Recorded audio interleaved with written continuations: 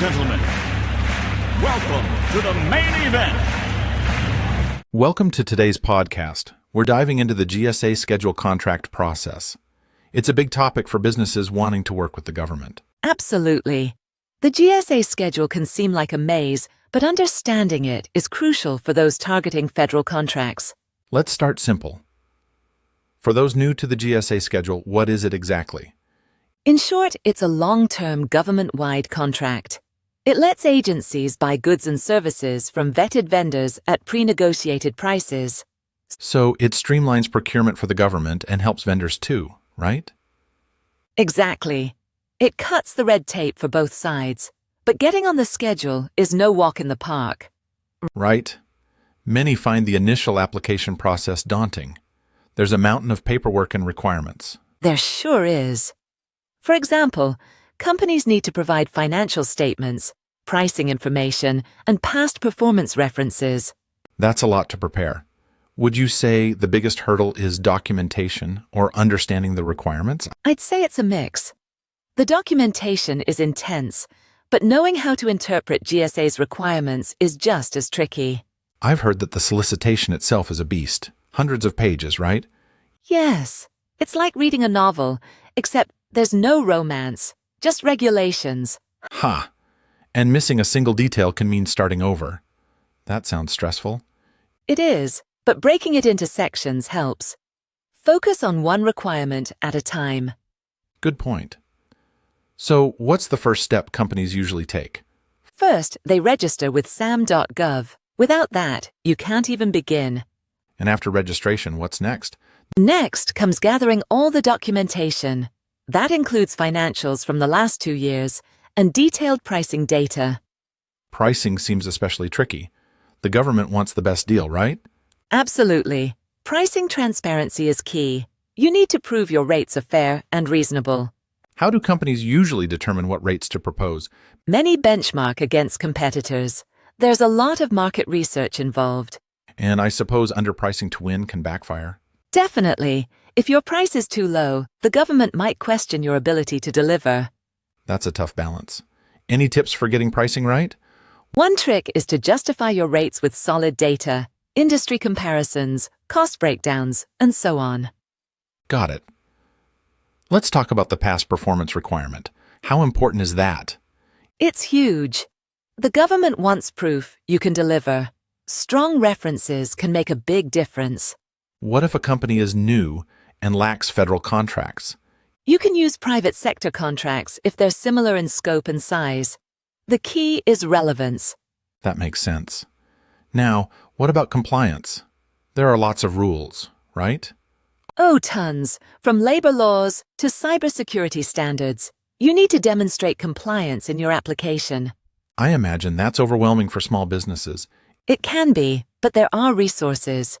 The GSA has helplines and guides, and consultants can assist too.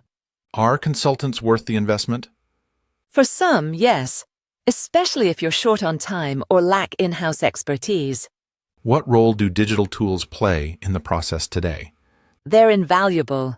There are platforms for document management, pricing tools, and even compliance checkers. That's a relief. Anything to make the process less manual. Absolutely. Automation saves time and reduces errors. Let's talk about the review process. Once you submit, what happens? The GSA assigns a contracting officer who reviews everything. They might ask for clarifications or more info. So it's not just a waiting game. You need to stay responsive. Exactly. Quick responses help move things along. How long does the whole process usually take? It varies. Sometimes 3 months, sometimes over a year if there are issues. Patience is definitely a virtue here. No kidding, but persistence pays off. Once approved, is the hard part over? Not quite.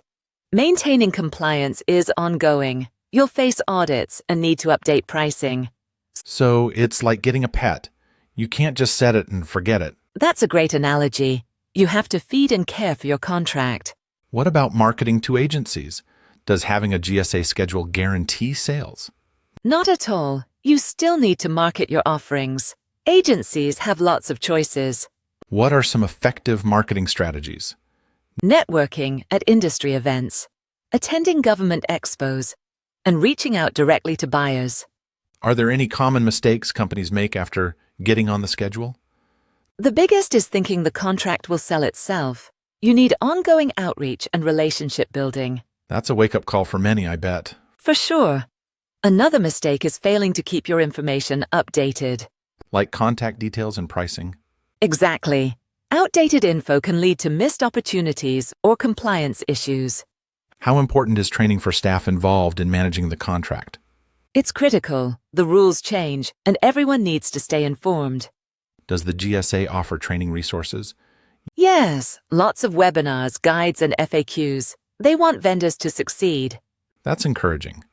Are there opportunities for small businesses to stand out?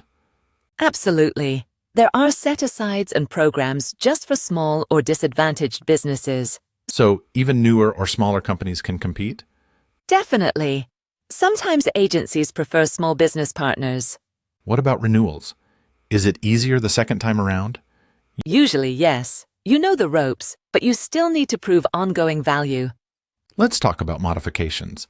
Can you add new services or products later? You can, but it requires submitting a modification request and more documentation. So flexibility is possible, but not effortless. Exactly. It's a process, but it keeps your offerings relevant.